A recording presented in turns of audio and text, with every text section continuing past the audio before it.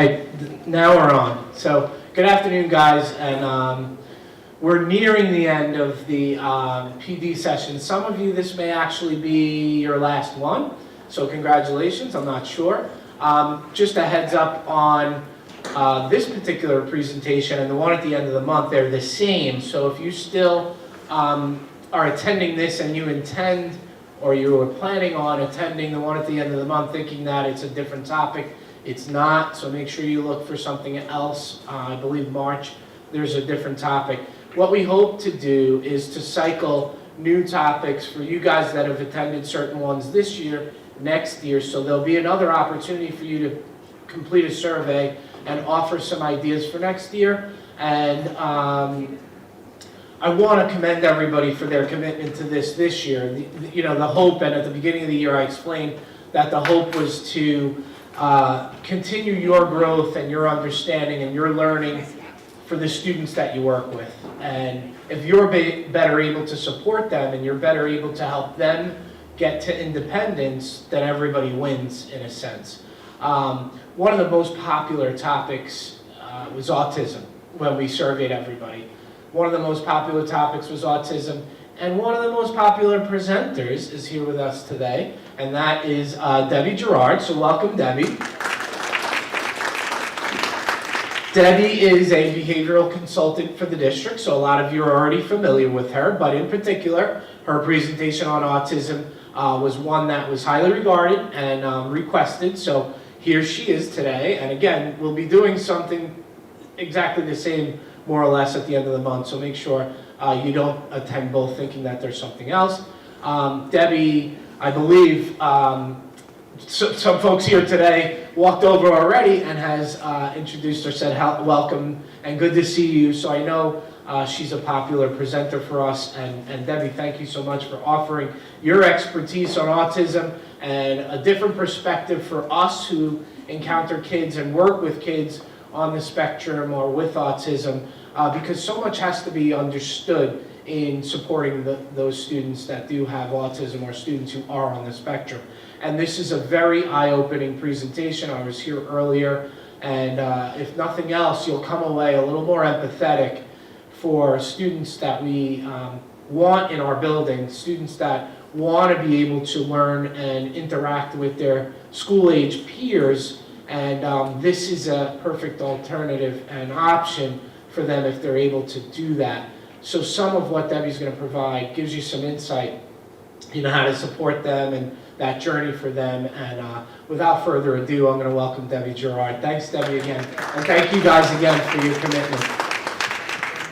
Thank you everybody for coming. I know I have been told to look into the camera for all of you who are out there in the other schools, so hi and welcome everybody here. I'm happy to see the big turnout, and I hope I can live up to your expectations. Okay, so I want everybody to pay attention. I'm going to have an exit ticket like the teachers do. I'm going to ask everyone to tell me one new thing they learned about autism. All right, don't get nervous, it's easy. Okay, I know that it's been a long day, so we're going to get through this, okay?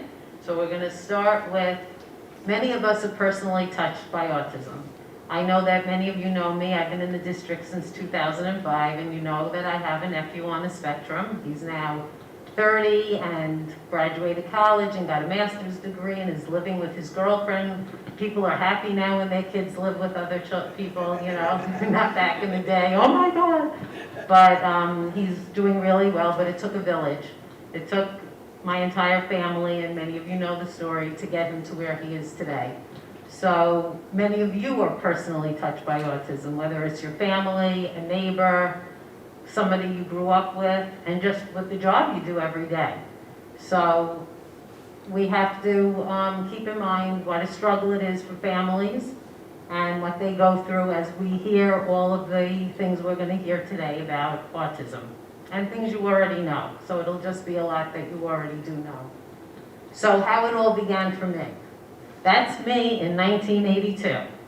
In my class, when I was an aide of a class of 12, Art was the teacher, and Marcella and I were the two aides, and I had a class, what would be considered a 12-1-1 now. 10 of those children were probably on the spectrum. But in 1982, we didn't call it the spectrum. We called it MR, mentally retarded. And 2 other of the students in my class were probably had some kind of genetic abnormality that was, diagnosed. And today, and when we talk about the prevalence of autism, think about this class, because today, at least 10 of them would have been diagnosed on the spectrum. So when we talk about why is there so many children on the spectrum, they were diagnosed with something else. So that's a big part of it. Now, I started out in 1982, 1 year, and I had my children, went back to become a special ed teacher after my children were in nursery school and kindergarten, and taught back at this school again for 6 years. Then I did early intervention, where I went into homes and did early intervention with children for another 10 years. And then I started at Stony Brook Psychiatry Department in 2005, and I started in Farmingdale in 2005 as a behavior consultant. So that's where it all began. Now, what is autism spectrum disorder, or ASD? It's a spectrum disorder because people with ASD can have a range of symptoms. Individuals have a variety of strengths and difficulties. So if you know one child with autism, met one person, you've met one person with autism, and that's a saying that's gone around, not mine. So what does that mean? It means that everybody's different. Every child is different. They're first and foremost a child. Their diagnosis is second. And they all have different areas of weaknesses and strengths, but there is a commonality of traits that help to diagnose a child on the spectrum. But everybody is different, and we have to keep that in mind. So we're going to meet one person on the spectrum. This is Donald Triplett. He was born in 1933. So think about that date. He's going to be 90 this year.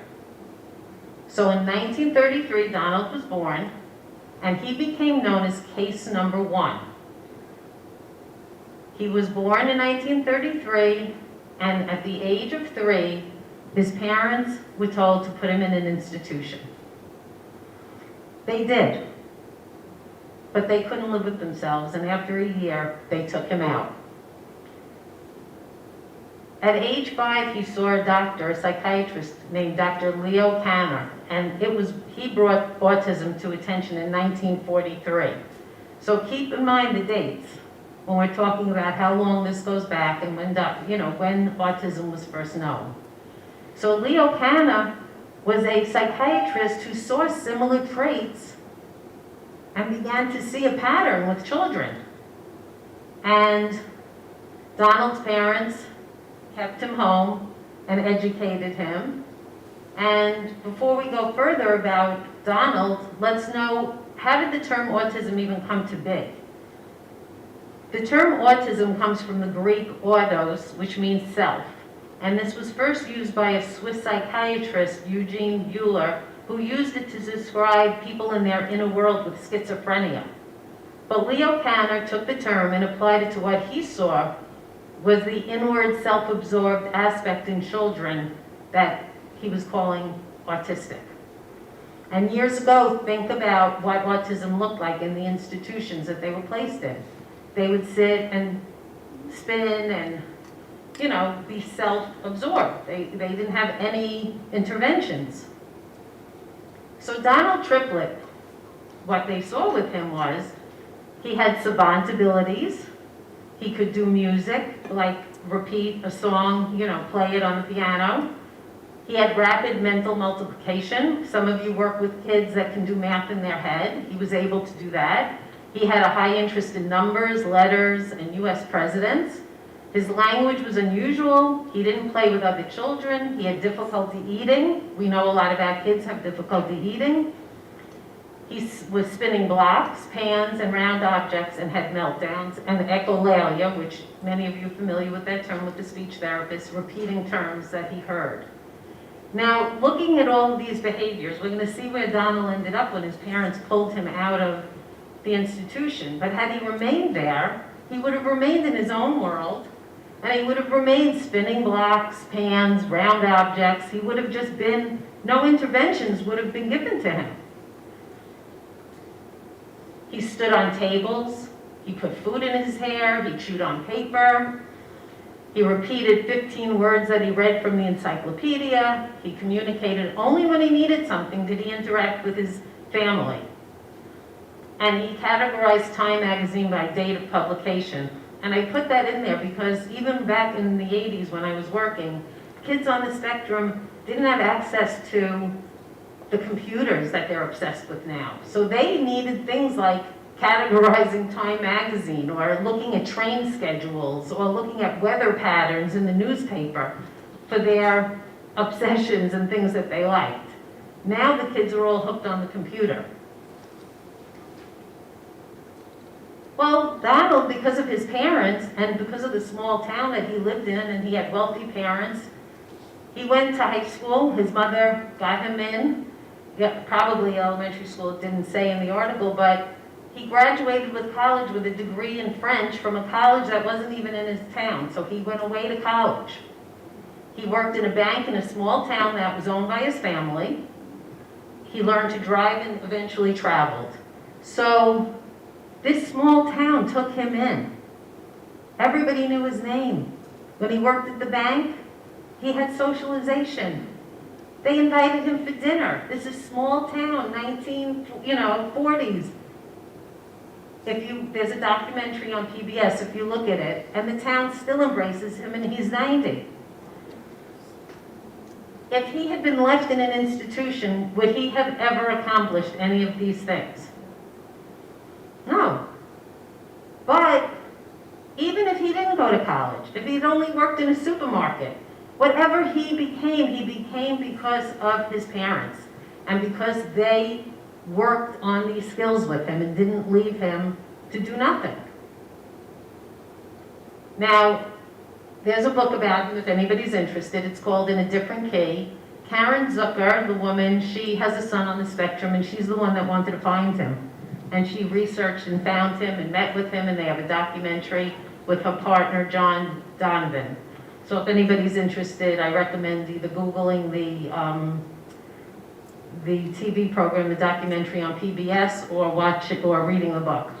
Very interesting.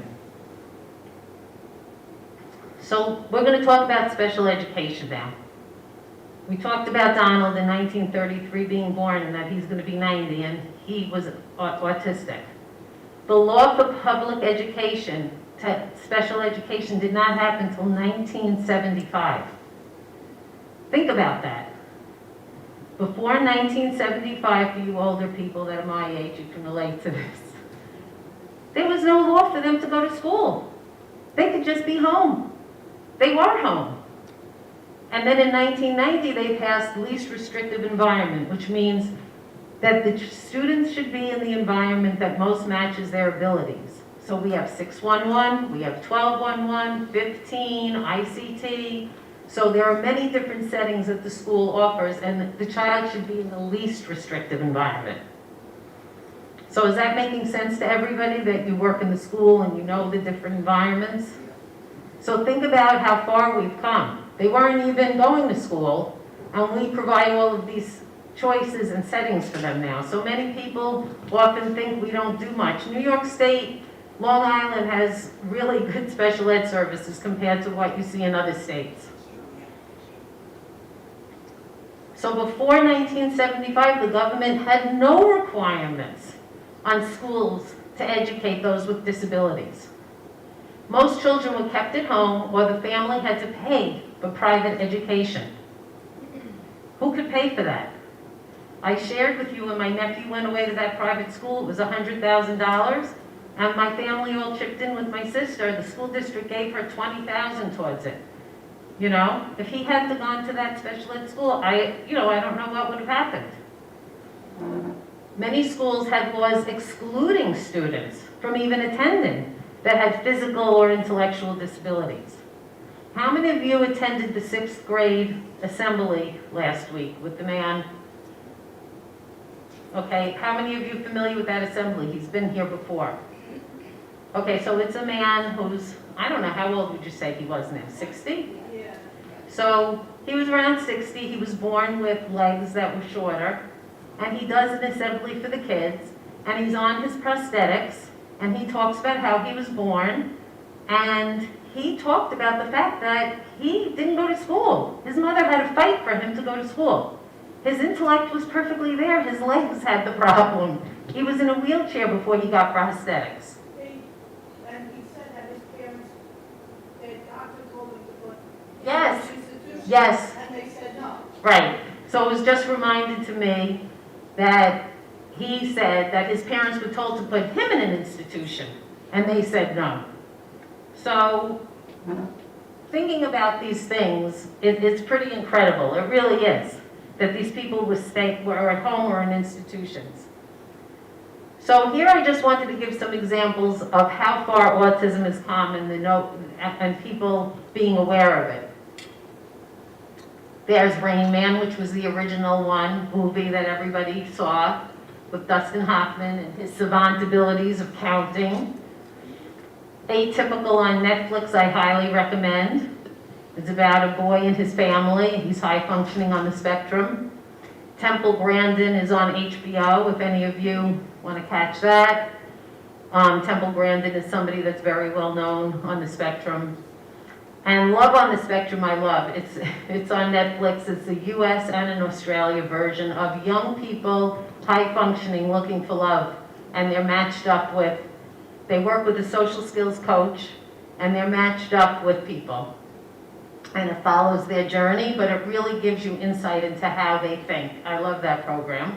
Young Sheldon and The Big Bang Theory. So we're seeing that autism has become much more well known in society, but it still has a long way to go. In March 2020, the Center for Disease Control said that 1 in 44 will be identified with ASD. 4 times more common in boys. So that's the statistic. Now keep in mind, my class in 1982, they were all diagnosed as mentally retarded. They would all be diagnosed, or 10 of them at least would be on the spectrum. So when we're looking at why the numbers have increased, we're looking at major improvements in diagnosis. Kids that are very high functioning, that are just quirky, were never diagnosed. Your neighbors that you thought were quirky, or the person that works in the post office that, always asks you about the weather, or people that are functioning, that are quirky, or an uncle that lived in the grandparents' apartment in the basement and never got married, they were there, but they were never diagnosed.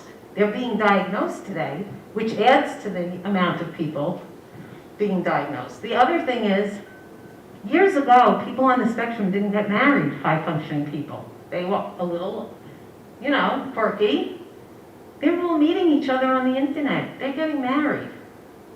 They're having children on the spectrum because it's genetic. So that adds to the increasing numbers. So here you see the intellectual disability, which would have been MR, going down. And you see the diagnosis of autism going up. So we just shifted names, calling it something different. And that's why you get a big increase. So we're going to go over autism and talk about what causes autism, how it's diagnosed, what are the characteristics, the most effective approaches for treating, and is there a cure? So I just said genetic. Many of you have asked me over the years, does the vaccines cause autism? It has been studied over and over and over again. All research shows that it does not cause autism. There are countries that don't have vaccines because they're poor countries and they just don't have what, other countries have. They still have autism in those countries. We have families that have a child on the spectrum and decide not to vaccinate the rest of their children, and they still can have a child with autism. I'm not saying one way or the other, I'm saying what research shows and what I hear at my work at Stony Brook. That's what everything has been showing. It's genetic and neurobiological. How is it diagnosed?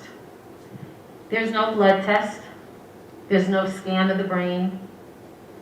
It's called the DSM-5, which is a diagnostic scale that psychiatrists and psychologists use.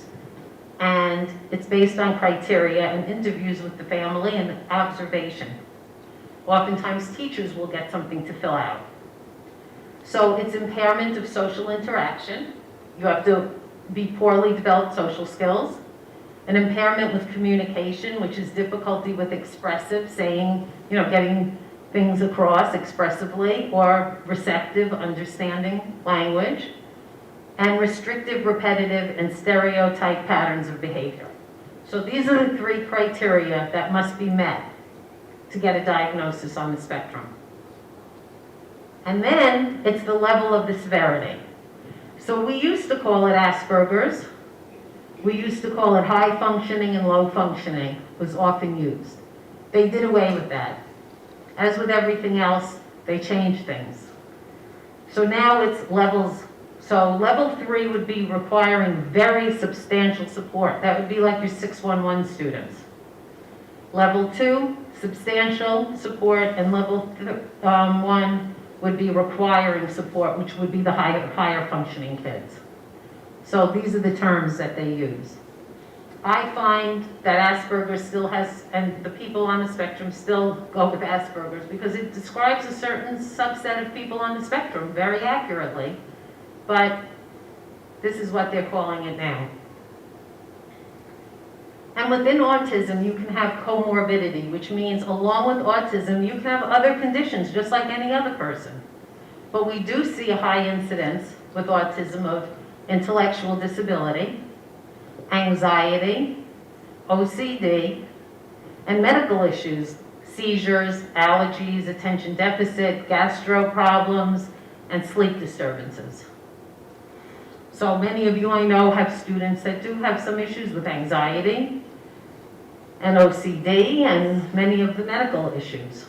Just because you're on the spectrum, you're a person, you're no more, you can get anything that anybody else has.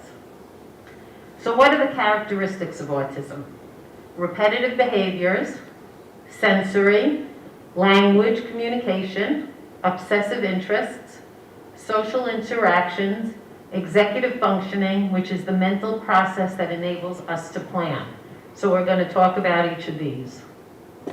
So repetitive behaviors, arm flapping, finger flicking, rocking or jumping, spinning or twirling, complex body movements. All of these are known as stimming or self-stimulatory behavior. How many of you are familiar with that? Many of you should be. So, it feels good to them. When you ask high-functioning people on the spectrum why they do it, they'll tell you it feels good. But we all do self-stimulatory behavior as well. We twirl our hair, we move our feet, my daughter shakes her knee, the house feels like it's gonna explode, biting nails, tapping pencils, chewing pencils, we all do it. The difference between us and people on the spectrum is that we know to control it. You know not to do it at work, you know not to do in a meeting, you're not gonna twirl your hair.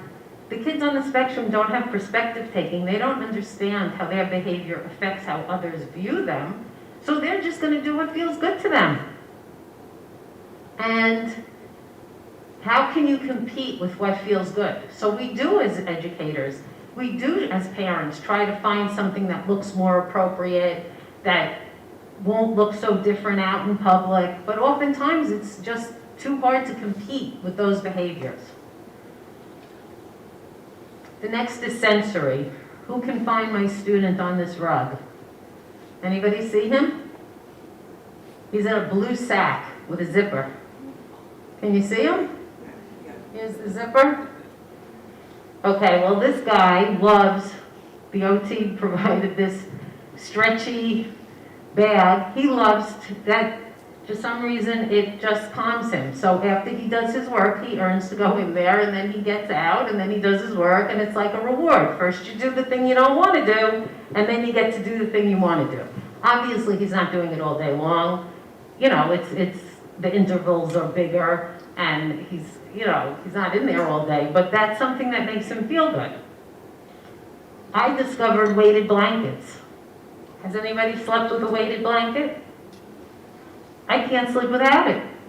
My daughter has one in her house when I sleep over. I have my other one that I travel with. It just is comforting to me. It's the weight of it it enables me to sleep better. So we all have sensory issues. Touch. Certain fabrics may be intolerable. Tags in clothing.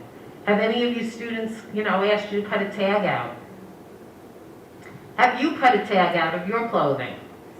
Has any clothing annoyed you? I know turtlenecks. I can't wear turtlenecks. That's just something I just don't want to do. The other day I was getting dressed for work and there was a tag bothering me, but I have the skill to be able to say, I'm going to cut it out.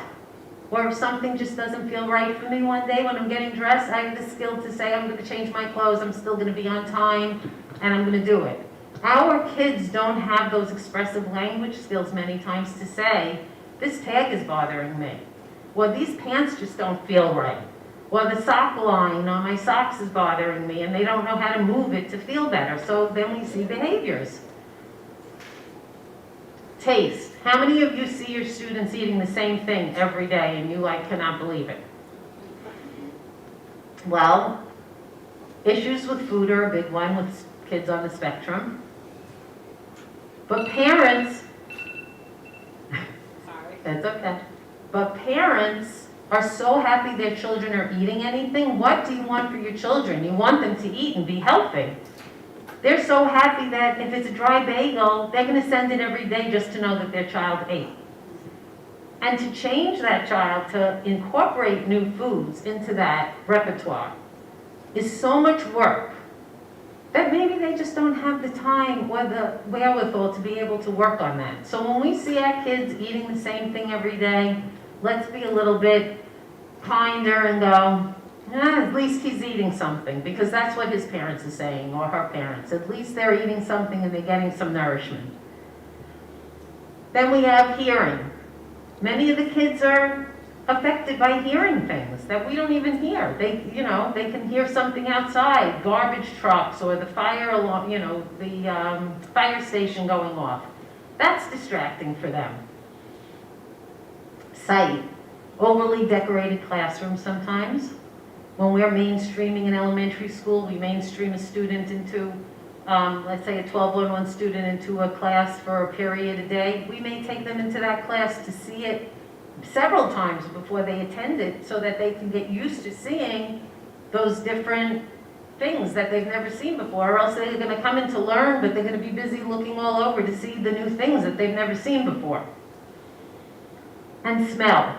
Certain odors can be a distraction. I highly cannot stand smells. I went into a psychologist's office for a meeting last Friday, and she had one of those air things that come, diffuser, and this odor is coming out, and I was like, she wasn't in there yet. I said to the teacher, I'm gonna have to ask her to shut that off because I'm nauseous and I'm too distracted by it. How many of you were affected? Anybody by smells? I have a girlfriend, she'll ask me to pick her up to go somewhere. She puts on so much perfume, I tell her, I'll pick you up, but you can't wear your perfume. Those are my rules. So think about a child that walks in to a situation, but can't express that the smells are making them want to throw up. So they're going to use their behavior to escape the situation. They don't have the skills like I had to ask the teacher politely, the psychologist, to shut off her thing, or for me to tell my friend politely, please don't use your perfume if you're coming with me. They don't have those skills. So therefore, they use their behavior. I've told this story before, but I had a student in Albany Avenue many years ago when I first started, and he wanted to come into the cafeteria. He was in 4th grade. But all the smells made him so sick. So we came up with, what do you like? And he said vanilla. His mother sent in hand lotion. He put it on his hands before lunch. And when he walked into the cafeteria, he would just very discreetly put his hands by his nose And if he started feeling like he was going to gag, he did it again. He was high enough functioning to express to us what bothered him, to work out a problem-solving issue, and he was able to do it. It's not for all the kids, but these are some of the things that we have to think out of the box to help them. The next area is language and communication. Often children diagnosed on the spectrum have difficulty developing language skills, both expressively and receptively. So one of my students in the 1211 is mainstreamed into health in the middle school. She comes out of one class and is walking to another class and sees her health teacher. She didn't have health yet, it was like in another period. And she looks at her health teacher and she goes, "I hate health." And the health teacher looks at her and is like, "What's the matter? What did I do?" And she just keeps walking. Well, her aide and I took her aside, and through talking and working it out and processing, she didn't do her health homework. And she didn't know how to say to her health teacher, "I'm sorry, I didn't do my homework last night and I'm worried." She said, "I hate health." And if we didn't take the time to speak with her and to ask her and to decipher what it was, and then her aide role-played with her, "What are you going to say to Miss P when you go into class?" They role-played, and she went up to her teacher and she said, "Miss P, I'm sorry, I couldn't do my homework. It was too hard." So if we didn't catch that interaction, we would have thought that that behavior was rude and, that's so out of character for her. Why did she say that? But we had to become a detective and figure it out, and with her help. It wasn't easy, but we got to it. So she used her language, but she used it inappropriately or not effectively. Sometimes language is repetitive and rigid, and we have echolalia, which you all know. You've heard that term. It's repeating phrases over and over again. They have narrow interests, sometimes exceptional abilities with a high vocabulary in that area, but only in that area. And some children may be able to read words, but they don't comprehend it. They have the decoding skills, which is very different than comprehension skills. They can read, but they don't understand what they're reading. So that's not an effective reader. But oftentimes, if you don't delve deeper into it, well, teachers do and they know, but as parents, they don't understand, they're not really getting the grasp of it. Many children on the spectrum have obsessive interests. They have intense and highly focused interests from a young age that can change over time.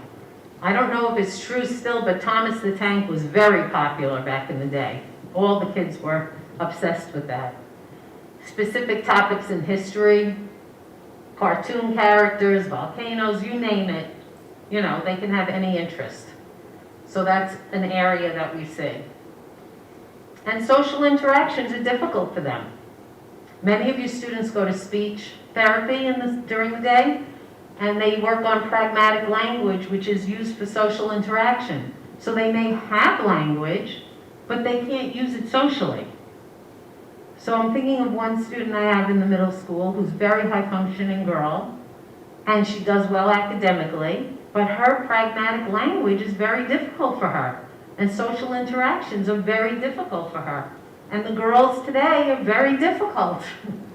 So trying to get in on a conversation with these girls can really be very difficult, and self-esteem goes down if you're not being successful. But otherwise, she looks like she would go under the radar. Nobody would really think she's even on the spectrum. Then there's, the use of idioms and slang language that we just learned through observation, that we take advantage of the language, that the English language is really difficult, and there's all these hidden meanings to things. We take advantage. We weren't directly taught any of that. We just learned it from life. They don't learn it without direct instruction. Many of them are literal thinkers.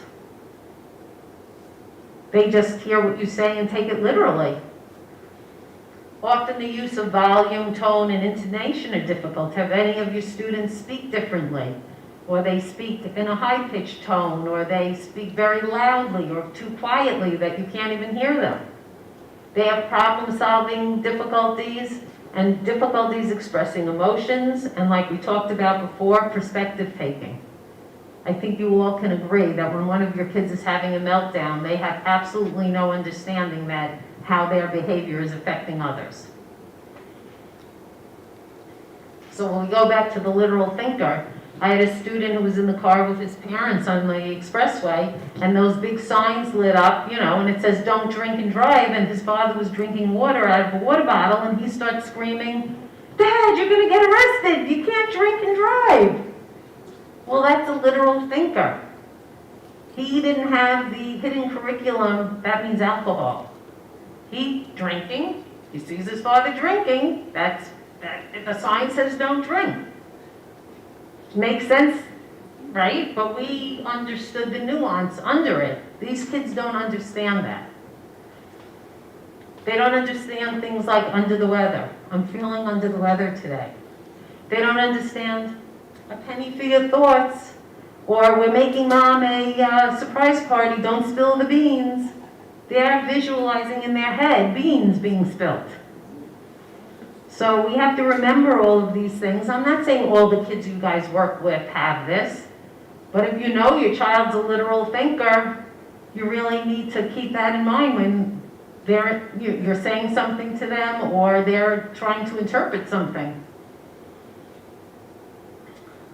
Now, social interactions, we know, are very difficult for a lot of them.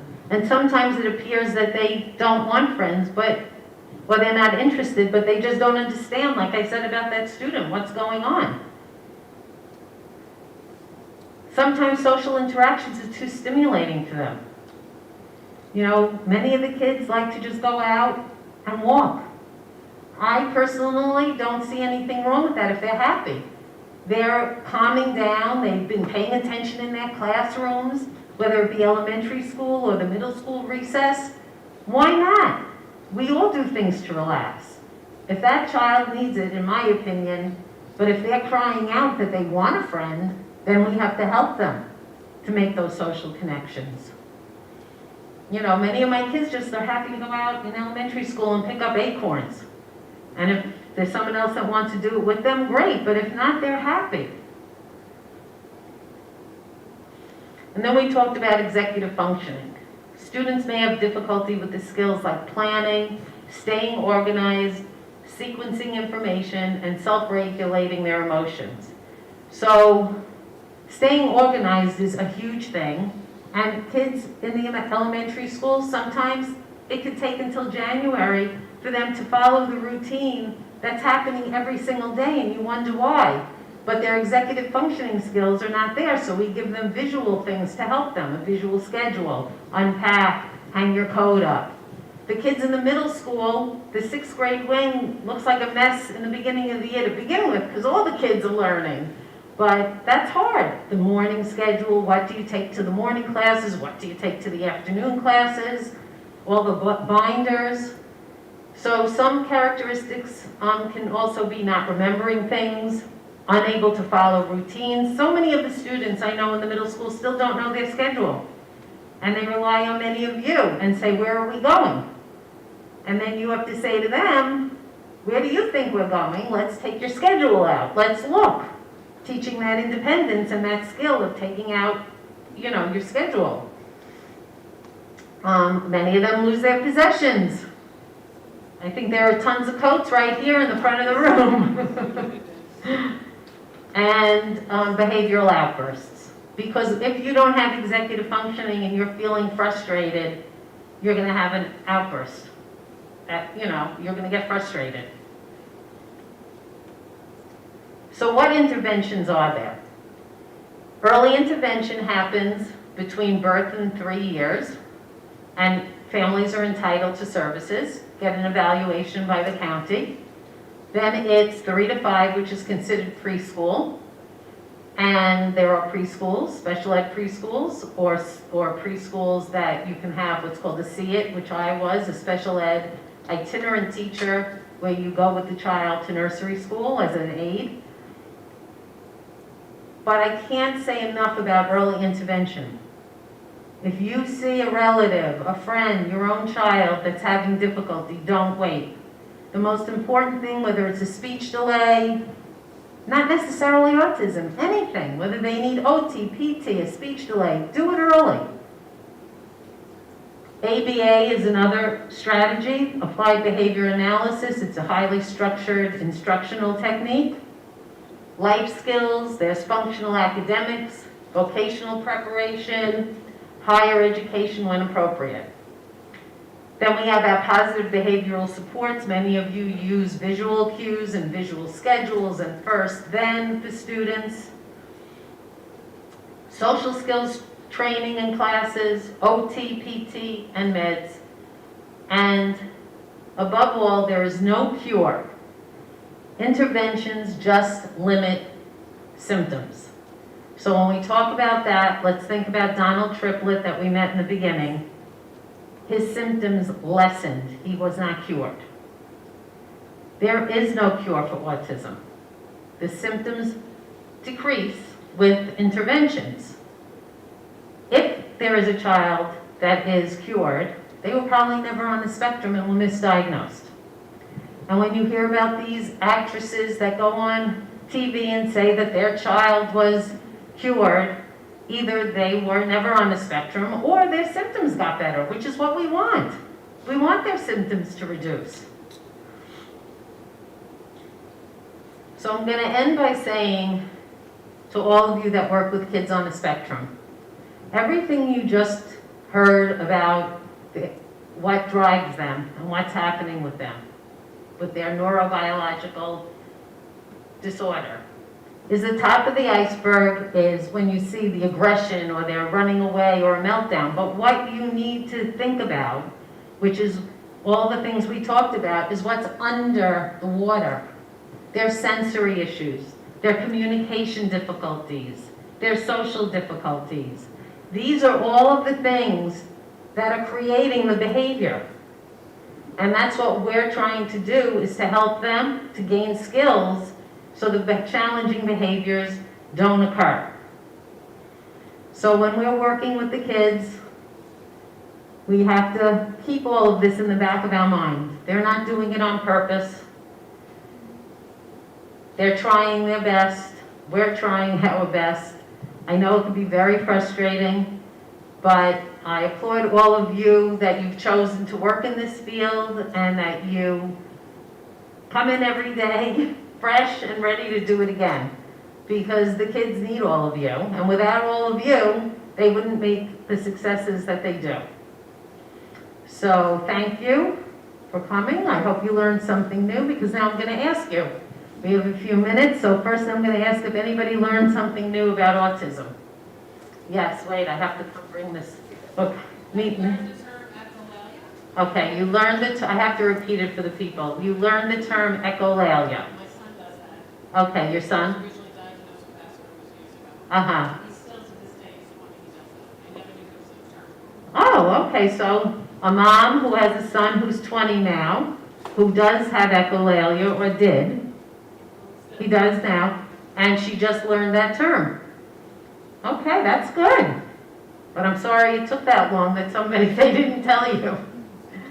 Anybody else? Volunteer. What'd you learn new today? There's no cure. That there's no cure. Okay. I learned about Donald Triplett. Donald Triplett. Okay, well, it's a very good documentary. Google it on at PBS. Watch it. Anybody else? Learn anything new? Oh, you all knew everything? Are you shy? The camera's not on you. The camera's facing this way. Nothing? Okay. I learned that in 1974, this whole thing. Okay, so you learned that in the 1970s it started. Yes. So did you have any thoughts of ever where the kids were, or you're surprised to hear that they weren't anywhere? So they weren't anywhere. Yeah, yeah, it's very surprising. Anybody else? Any questions? Nothing? Yes? Why is more boys? Why more boys? I don't know. Well, they do find that girls have stronger social skills and are less diagnosed than boys because they can, they call it masking. Girls can mask their disability more than the boys because girls, sorry men, but girls have better social skills innately than boys do. And so I think there's a big focus today on focusing on girls because there's a whole group of girls that were just never diagnosed because they were able to pass, basically. They call it, just masking the symptoms because they were able to, like the girl I was talking about, she can fake it. She dresses, the part, she looks the part, but when she's not understanding what everybody's talking about, she fakes it. And just sits there and smiles and nods her head if she's not understanding. So that could be a big piece of it too. Anybody else? Any questions? No? That's it? Okay, well, thank you everybody for attending out there in Video Land and here. And I hope that it was informative.